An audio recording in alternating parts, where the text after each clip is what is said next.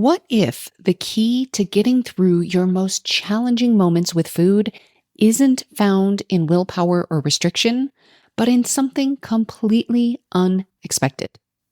Today, I'm sharing a practice from my racing that has transformed how I navigate discomfort and how you can apply this same approach when you're struggling with food. Welcome to Binge Eating Breakthrough, the podcast to help you stop feeling out of control around food and build trust with your body. If you've tried everything but still feel stuck, you're not alone. I've been there too. I'm Jane Pilger, and I'm here to help you see binge eating in a new way so you can finally break free. Each week, you'll get the tools and insights to create peace with food and your body. Your breakthrough starts now. Hello, trusted listener.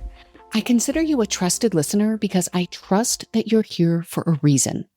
That something in your relationship with food might feel a little hard or challenging right now, and you're open to hearing a perspective that might be different from what you've tried before.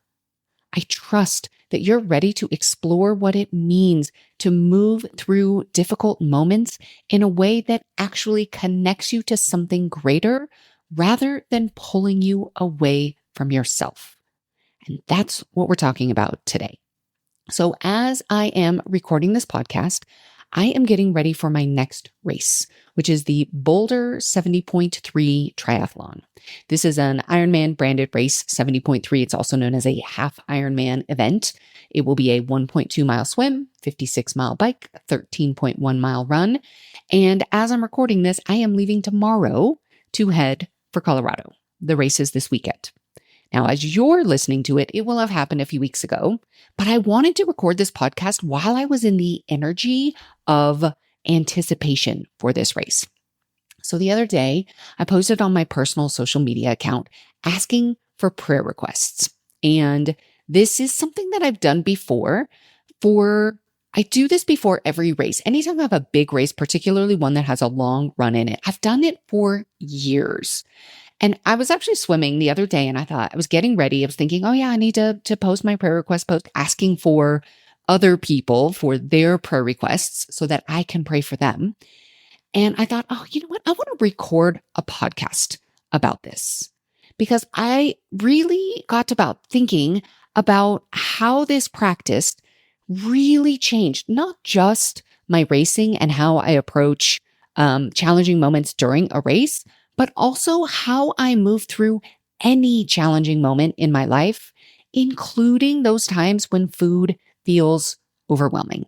So I want to tell you a little bit about it and then how this also can apply to your struggles with food.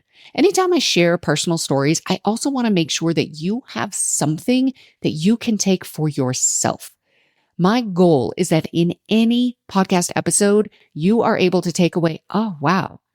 I want to try that resonated with me. I'm actually able to see this in a different way. That's really my goal for you. So I really don't remember exactly when this whole prayer request started.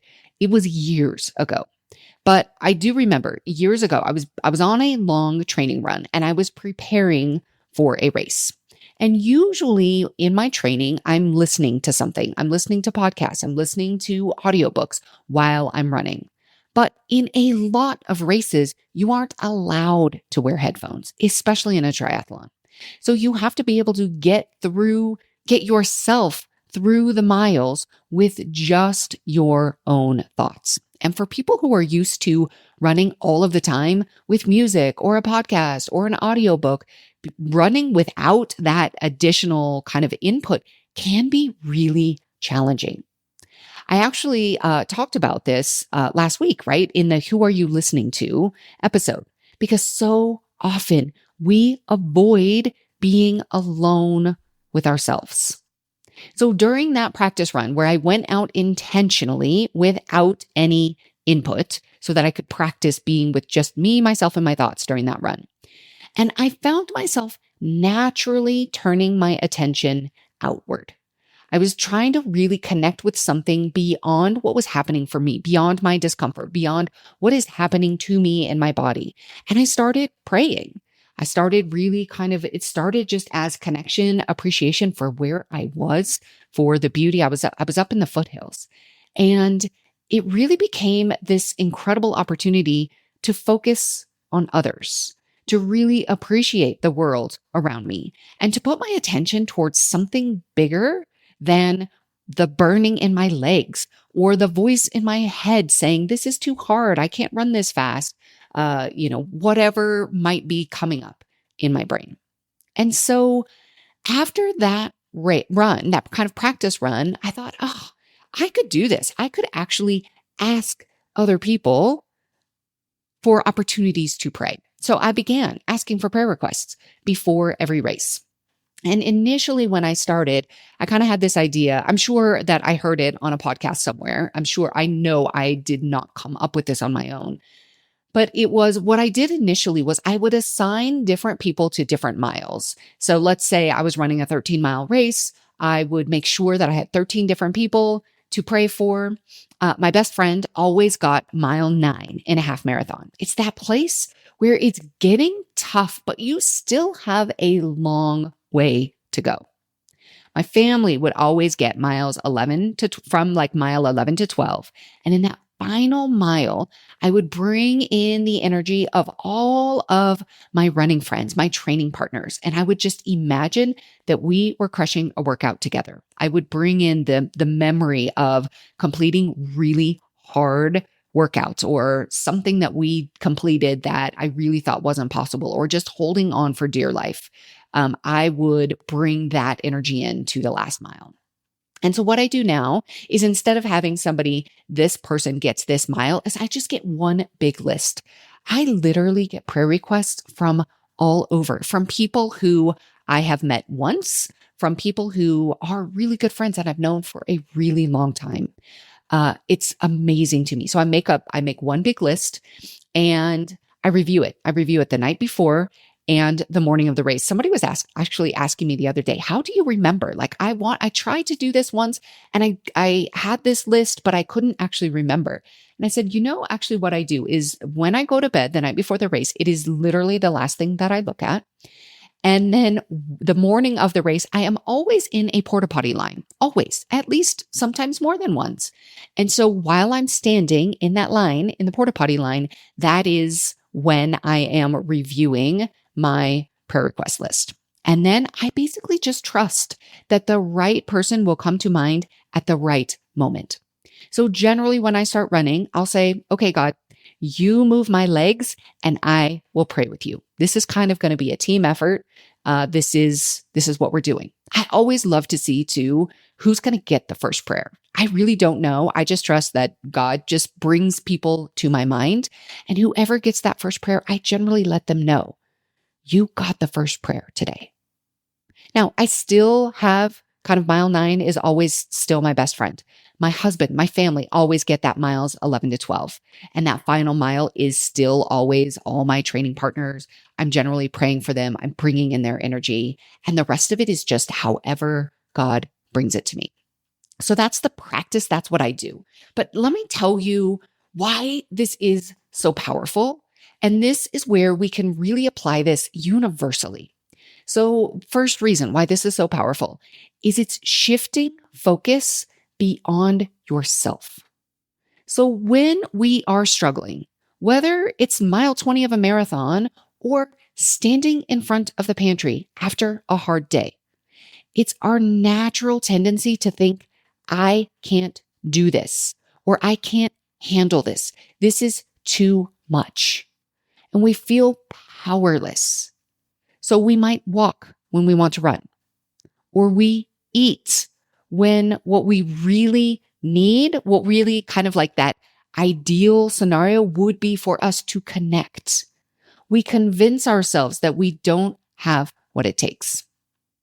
So I remember this one race so vividly. It was 2021 and I was racing Ironman Coeur d'Alene. It was hot. It was 105 degrees that year. People called it the Coeur de Flames because it was so hot. It was brutal. And I was out there running and I was just feeling the heat and how challenging it felt. But then I remembered One of my prayer requests was for a woman who was dealing with aggressive breast cancer treatment while caring for a small child. She had months of treatment ahead of her. And I thought to myself, my discomfort right now is nothing compared to what she's going through. I am going to be done with this in hours. She has months of this to go through. Sometimes I end up praying for somebody who is injured, who would give anything to be out there, to be racing. And I remind myself, this person that I'm praying for, this person that is injured right now would give anything to be here, no matter how they felt. And that perspective shift keeps me moving. The thing that is so amazing too is that race, that Coeur d'Alene race that was in that crazy heat, was the race where I first qualified for Kona for the Ironman World Championships.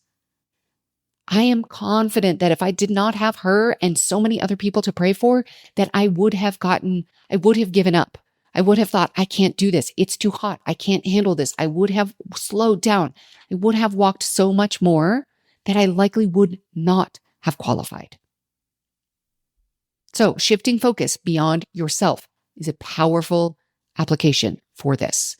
Here's another way that why this is powerful. This approach is more powerful than willpower. Let me talk to you about willpower. It's a finite resource. It gets depleted throughout the day, especially when you're stressed or you're overwhelmed or you've got a lot going on. And when you're trying to white knuckle your way through an urge to eat a lot of food, or even just push through mile 20 on sheer determination alone, you're drawing from an already limited well. But when you focus and you shift that focus beyond yourself, beyond your dwindling capacity, you're tapping into something much bigger and more sustainable. You're connecting with love, with purpose, with something that energizes you rather than drains you. It's the difference between trying to push a boulder uphill versus letting a river carry you downstream. And here's the thing. Your nervous system responds completely differently also. Willpower activates your sympathetic nervous system, that fight or flight response that actually makes everything feel harder. You know, when you're just like, I can't do it, I quit, that is fight or flight. When we collapse, there's fight, flight, or freeze. When we collapse, when we say, I can't do it anymore, we flight, we run away, we run to the food.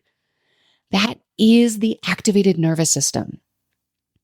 But connection, focusing on others, it activates your parasympathetic nervous system. That's the rest and digest state where you feel calmer, stronger, more resourceful. It's where you are grounded. You are able to be connected.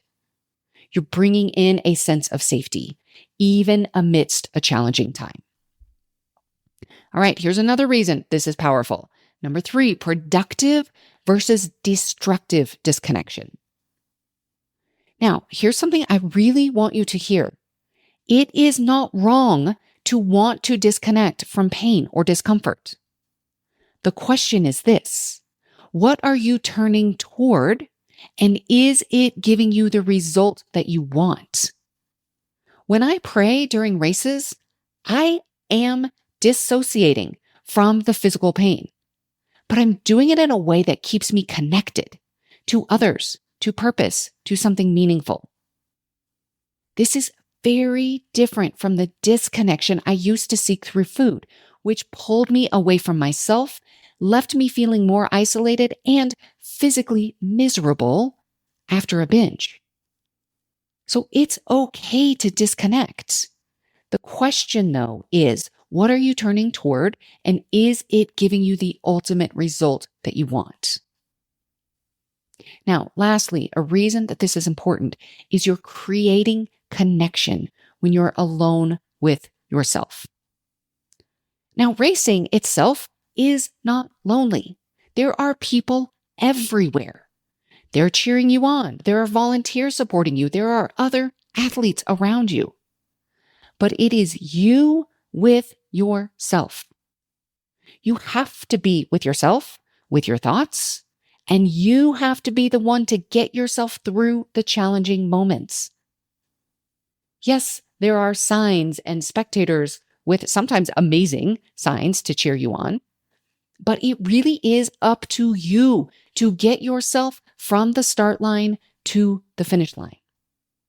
And when I bring in that connection with the people that I'm praying for, with God, with nature, with the other athletes and volunteers, I'm never truly alone.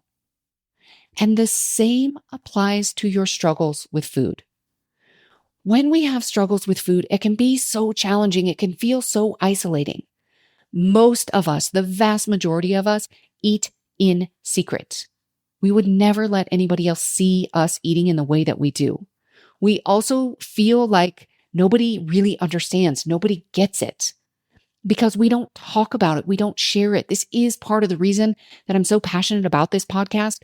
So many people reach out and they tell me, oh my gosh, it is so powerful for me to know that I am not alone. I kind of convince myself that I am. I convince myself I'm the only one doing this, but you are not. And even in that isolation, you can create connection with other people. You absolutely can. Okay, so how do we apply this to food struggles directly? Now, I want you to know this. Even if you do not consider yourself to be a spiritual person, you do not have to pray to apply this principle. The power is in shifting your attention beyond your immediate discomfort towards something that matters to you, something that will give you the fuel, the energy that you really want to get the result that you want. So examples, focus on someone that you love. When you are having a hard moment with food, bring someone specific to mind. Now, you might be thinking, yeah, right, that's not going to happen. It's possible. Open up to the possibility. I'm going to just give it a try. What would it be like if in the moment where you really want to go eat something, you want to go to the pantry, you want to go to the drive-thru, you want to go to the bakery, you really bring somebody else to mind and ask yourself, what can you do for them right now? Even sending them energy is powerful. If prayer isn't something you do, you can still send good vibes, positive energy, love, appreciation. That energy is real. You can also connect with your values. The question first is, do you know what your values are? If you don't, it's something I encourage you to get curious about. You can easily look up, how do I determine my values? If you do not know what your values are, I highly encourage you to spend some time and really figure that out for yourself. Let your values guide you. One of my values is connection. It's also love. These are ways that I am embodying my values while I'm racing. So you can how can you embody one of your values? You can practice gratitude for your body. So instead of fighting against discomfort, you can appreciate what your body is doing for you in any given moment. So it's like, even when I am in a lot of discomfort in a race, I hear it. I know it's like, oh my gosh, this hurts. I'm not sure I can do this, whatever it is. If I can shift away from that focus on what feels really hard and shift towards the amazing thing that my body is doing, I can remember think about all the people who would love to be doing this, who are injured, who literally just don't have the energy, the ability to do something like this. I can have so much gratitude. Now, let's talk specifically about when you have that urge to binge, that urge to eat a lot of food, that urge to disconnect with food. So here's the goal. The goal is a shift in energy. We want to shift from I can't handle this to something else entirely. So here's a few ways that we can practice this shift in energy, okay? We can shift to gratitude. What do I appreciate in this moment? Even if it feels forced, this will change your energetic state. Shift to gratitude. You can also ask, is there someone I can serve first? You can always come back to the food, but let yourself connect with somebody else and serve them first, then reevaluate. And what do I mean by serve? I mean, think about somebody in your life who maybe is going through a challenging moment. Send them a text. Ask them how they're doing. Maybe ask somebody if you can bring them something. If there's, just let your own intuition kind of guide you. But so often it can be a text, a check-in. Hey, I was thinking about you. Hey, I saw this movie and I totally thought of you. Anything like that. Then come back and reevaluate. Another way you can shift, send energy to someone. Think of someone who could use support right now and consciously send them love or positive energy. If you're able to, let them know. Send a text. Get out a card if you have any cards. Pick up the phone, call somebody. Change your physical state. Here's the last thing you can do to shift this energy. Step outside. You could take 3 deep breaths. You can put your hand on your heart and ask, what do I actually need right now? Remember, the goal is a shift in energy. Now, we're not trying to deny your urge to eat. We're not trying to shame yourself out of it. We're not trying to say, no, don't eat, don't eat, don't eat. It's about creating some space, creating that pause and shifting the energy from powerlessness to connection. The other thing you can do, even in a shift in energy, is music. Music is a beautiful way to shift your energy. You could have certain songs that you know will create a shift in energy. Let me listen to this song first. Then I can always go back and eat. Okay? Now, what if we didn't shift, we didn't pause, we didn't do any of that. There was zero ability for us to do any of that. And here I am, after a binge, I am full of food. I feel really awful physically, emotionally, all of the things. I'm in shame, I'm in judgment. This is where this practice becomes even more powerful. Just like in racing, the hardest moments aren't always during the struggle. Sometimes it's afterwards, when that shame and that judgment flood in.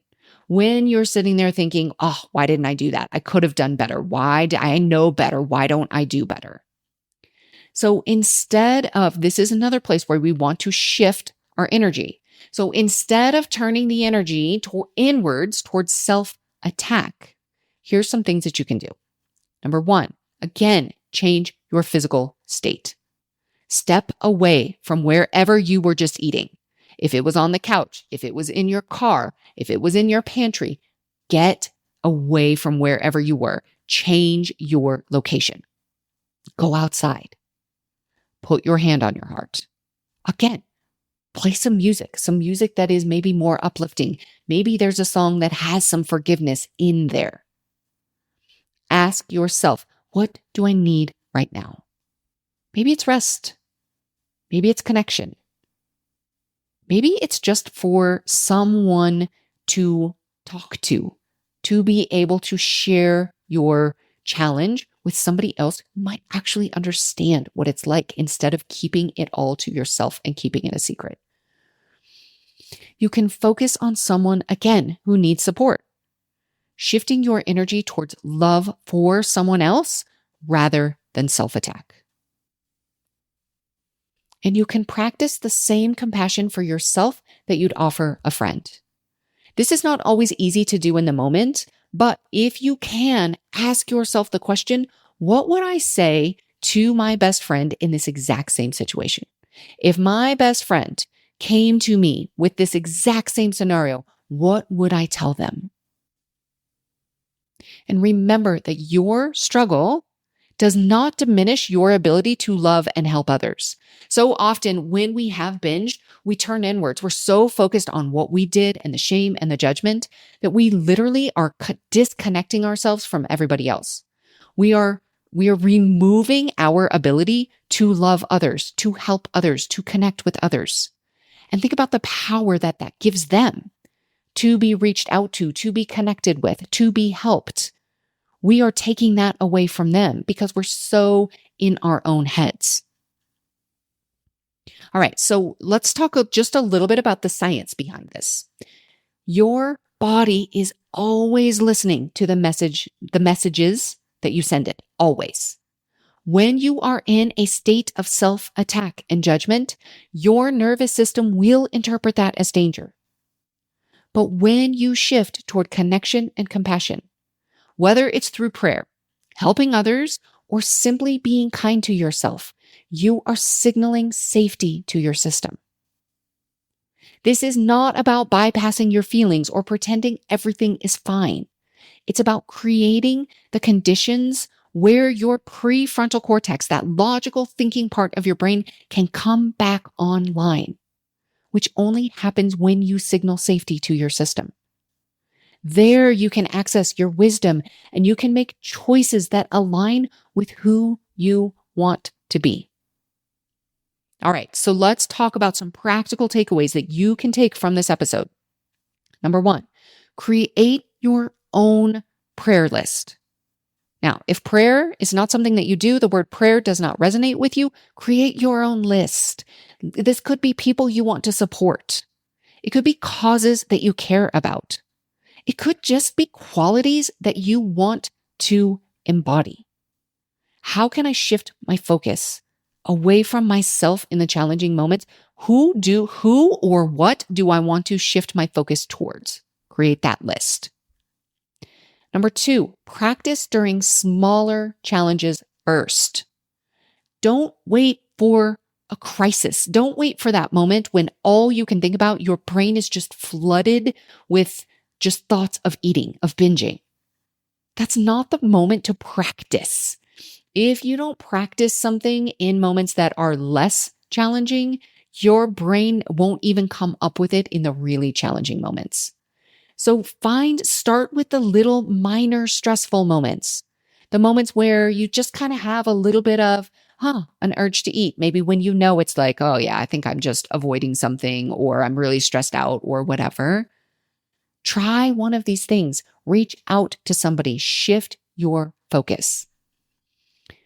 As you do it more in the even more challenging moments, it will come more naturally.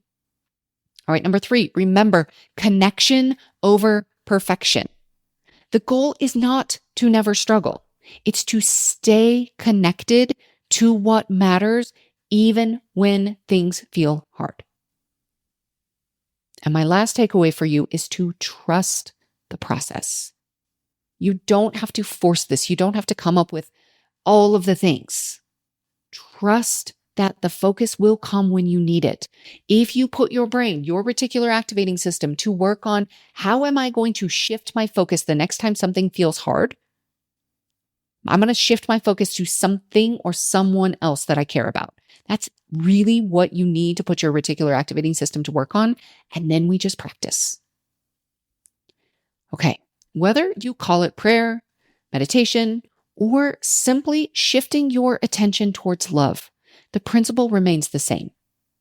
When we move our focus beyond our immediate discomfort towards something or someone that connects us, we access a strength that willpower alone can never provide. Your body is always listening to how you speak to yourself, how you move through challenges, how you treat yourself in difficult moments. When you practice turning toward connection instead of turning toward judgment, you're literally rewiring your nervous system for safety and trust.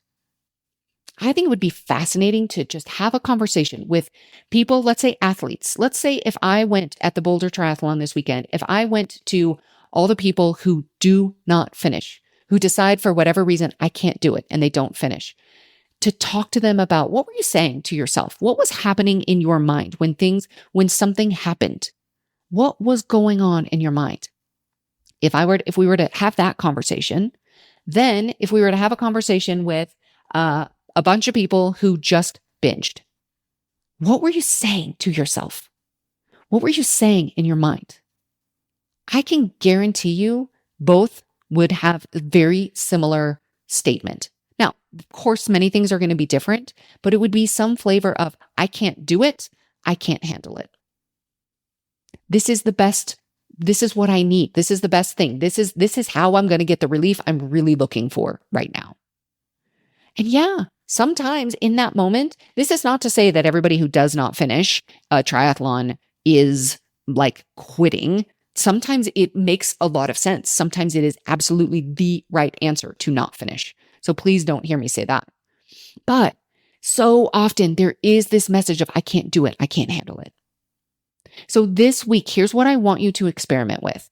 The next time you're having a challenging moment with food or anything else, try shifting your attention towards someone or something that you care about, and notice what changes in your body, in your breath, in your ability to move through that moment in a different way than typical. Your struggles do not disqualify you from being a source of love and support in this world.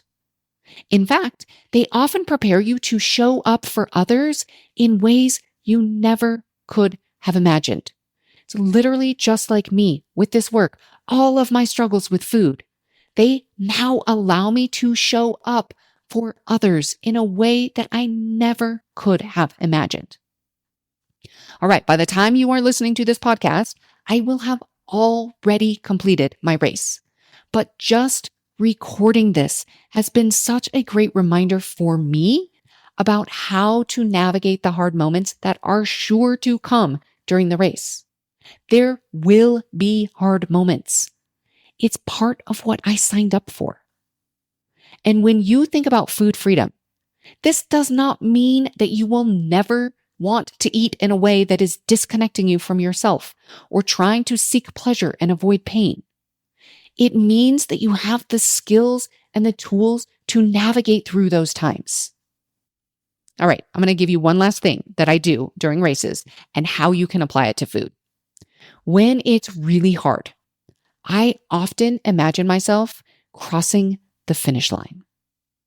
I remind myself how great it's going to feel. And I really don't want to have regrets when I get there, when I get to that finish line, thinking, oh, I could have done more. I could have gone faster. Or, oh, I wish I didn't stop and walk. You can do the same with food. Now, no, there is no finish line to food freedom, but what there is, you go to bed every night. In a difficult moment with food, imagine yourself putting your head on your pillow at night with a body that feels comfortable, that's proud of how you showed up for yourself and your body, even if it was a challenging day filled with unanticipated obstacles. So you can shift your thinking towards something or someone else, as we've been talking about through this whole episode. You can also shift your thinking towards yourself and how you will feel at the end of the day, the end of the race, or when you get to the end of that challenge, that thing that you're working towards that you didn't think was possible, and you discover that you are actually way more capable than you know. All right, that's what I have for you today. I'll see you next week. If you've been trying to stop binge eating and nothing has worked, there's a reason. I created the Binge Breakthrough mini-series to help you finally understand what's driving your binge eating beneath the surface so that you can actually start to change it. Each video is short and they're designed to give you the clarity and direction you've been missing so you can stop feeling stuck and start finding your way out. Start watching now at janepilger.com/mini. That's janepilger.com/mini. MINI.